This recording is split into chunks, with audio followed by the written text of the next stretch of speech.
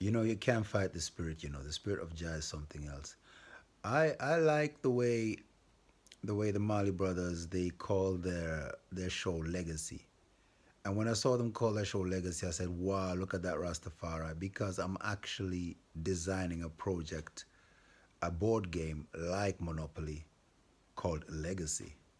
And that board game is to help people understand what CCSR is, Comprehensive Corporate Social Responsibility. So I thought, wow, look at that, you know. So what am I trying to say here?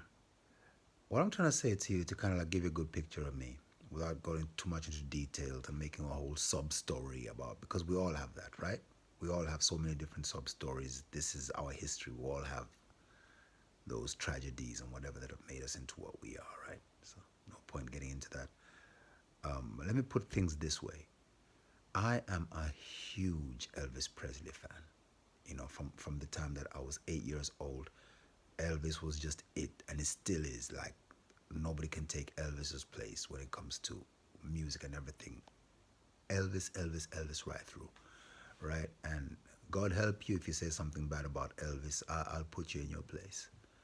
Trust me, I've done the research. I've been defending Elvis ever since, and we found out the truth about him and all of that, and we say, oh no, no, get it right. Elvis is one of those beautiful lights that people just hate on because that's what people do to a beautiful light. So stop it. He's worth loving. But much as I love Elvis Presley, there is no way that Elvis Presley would have made me do what I did when I sat myself down and wrote a long letter, my little 18-year-old self, a long letter while I'm at boarding school in Denmark to my parents in Africa, explaining to them point by point why I was leaving school and I was not going to graduate. There is no way I could have written a letter to say, look, I'm leaving school because I'm going to go out my life and make myself a future like Elvis Presley did. That could never have happened. I wouldn't even entertain it. I think you can tell that I have some kind of sense in my head, you know, and I grow around looking at life. I don't know what poverty in Africa is. School is the key. Education is the key. I was no fool to that. I was good at school. I was top of class. You understand? So I got enough sense to never, write to my parents and say something like that. Are you crazy? You know? But what is it that made me do that? None other than the resolution that came to my life and my thoughts and whatever predicaments I had in my mind, whatever it had to do with spiritual things, the Bible, prophecy, or racism, the environment, and all these things.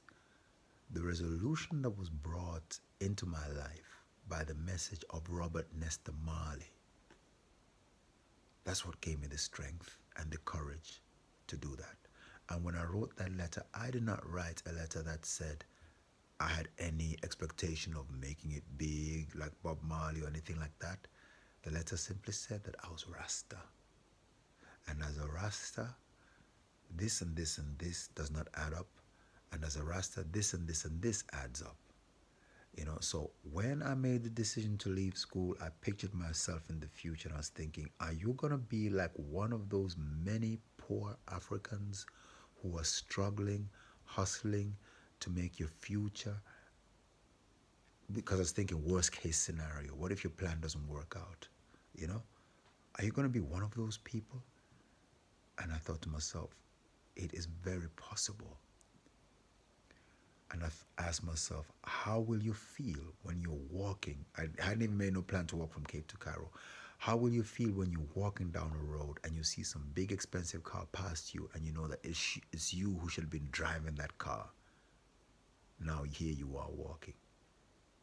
And I said to myself, as long as I know that what's in my heart is what that man is saying, meaning Bob Marley, I'm good with that.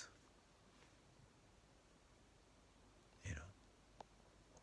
So I think that's important to say because I come from a family of freedom fighters and people who work with development, fighting poverty. So when I chose to follow reggae music, no matter what I did, I knew that what would matter is whether I could live up to the work that my parents were doing for the benefit of our poorest people in Africa. If I could do that with my reggae. So that's been the guiding force ever since. So my stepfather from Denmark works with development. My mother was working with women's organizations. And my biological father comes from a royal family of Swaziland. And he was doing strategy advice for Chris Hani, you know, freedom fighter in South Africa. So there was a lot to live up to. So for that reason, my approach to reggae music has always been like a tool towards those goals and not a tool towards making it big. Although it's a dream and it's a nice idea of doing it, even if I wanted it, I never put that much effort into it. I did what I could and did what I knew is necessary to actually make it as an artist. But what matters more even now is how do we get it together and how does what I do justify that letter that I wrote to my parents and broke their hearts because I was a good youth, no problems whatsoever, and they had expectations of me thinking he's going to be president, he's going to be a big lawyer, he's going to be, because there was no problem with me. I was just a good Catholic boy, you know. So this whole Haile Selassie is God thing and all of that was like, wow, you know. So I left everything and I went to London and I was led straight. The first person I met about this thing was Ziggy Marley. He came to Denmark. I met him backstage. He gave me his blessing. That's what it must have been. It must have been a blessing to see him because I was not supposed to be backstage, but I made it backstage. And from then on, the journey began. And when I look back now, I say, Jah has been guiding it ever since. I've learned so much. And I just blend in with the people, you know, everywhere I go. And I've learned so much, and we have put it into a format that everybody can be a part of, you know, so we can take things the way, live up to what Bob said. My feet is my only carriage. So that's Cape Town to Cairo now, and it's a walk, you know. So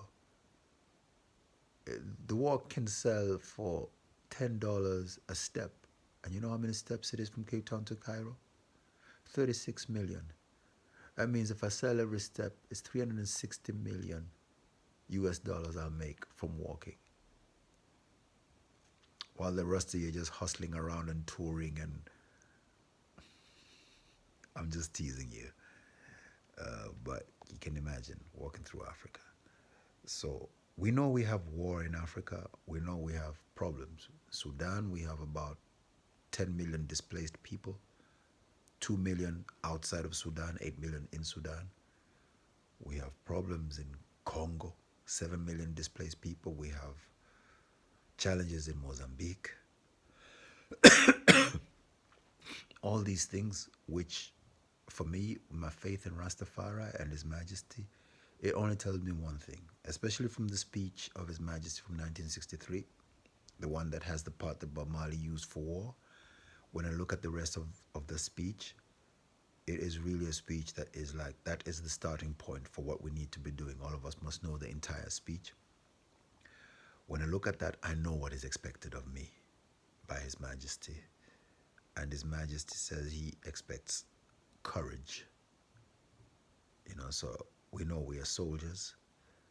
And for peace in Africa, we're ready to walk towards the war zones, walk for peace, and invite all the people from the warring factors to come walk with us. And let's talk this thing through and create peace and prosperity as we walk from Cape Town to Cairo. This is a thing where you just have to have the courage to say that we know Jah is Jah. And unless you stand up for Jah right now, Jah's not going to stand up for nobody because Jah already stood up for everybody. Jah's got nothing to prove.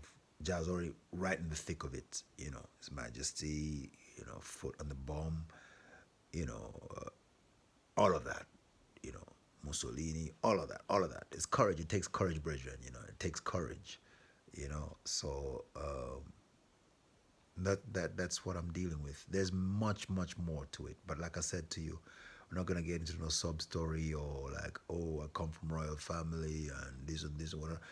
No, we're not really. It's not an identity thing. It's really is. We gotta prove it. If we say royalty, then we prove it. Royalty is leadership. If you say love, you gotta prove it. Love is leadership. You know, if you say unity, you gotta prove it. Unity is leadership. Without leadership, these things don't happen. Without the tools, they don't happen. So with reggae music, it gives you the idea and the sentiments and the vision and all of that, but we need the tools. you know so what we have is reggae music functioning through the tools of the machine of oppression. So there will always become there will always come some ism and schism amongst reggae environments, because we're just feeding this vibe and this energy into the same machine that basically made slaves out of our forefathers. So that's because that's how those tools work. So you got to have alternative tools, and that's the whole point of CCSR, comprehensive corporate social responsibility. And it is comprehensive, so it also includes all of the people who've been supporting reggae music, who are basically across America and across England and across Europe, who are white people, you understand? And it's Rastafari. So we're gonna walk and we're gonna talk. So let's go walk the talk from Cape Town to Cairo, starting on the 17th of August, 2025. You can check it out on my website, and you can learn a whole lot more of what we're working with. We've been preparing for a long time, man, and we got some good sisters from Jamaica helping out and making it possible. So we've been doing it real cool, real good. I love my sisters, and my sisters got to work, and my sisters got to get paid. We're into empowerment of women, and that's how it goes. The whole Wakanda army. We're setting this up to work as brothers to empower women for the community, and it's just courage. As brothers, we got to be ready, and we know the price that you got to pay. It doesn't matter. You got to be ready to pay the price, because right now kids are being blown up, being raped, and it's just happening right across. And you find some big man, and some big man must find some excuse to say, well, I need to be spared and to live long. Nah, Rasta, man. Too many young lives have been cut short for old people to not have enough courage to stop the atrocities that are happening on earth. So there's more to me than what I say, but I think this is the essence of who I am, and you need to know that. See? So I'm here. I'm not going nowhere. Get in touch with me. Find me. I'm everywhere. All right? Blessed love. Rastafari.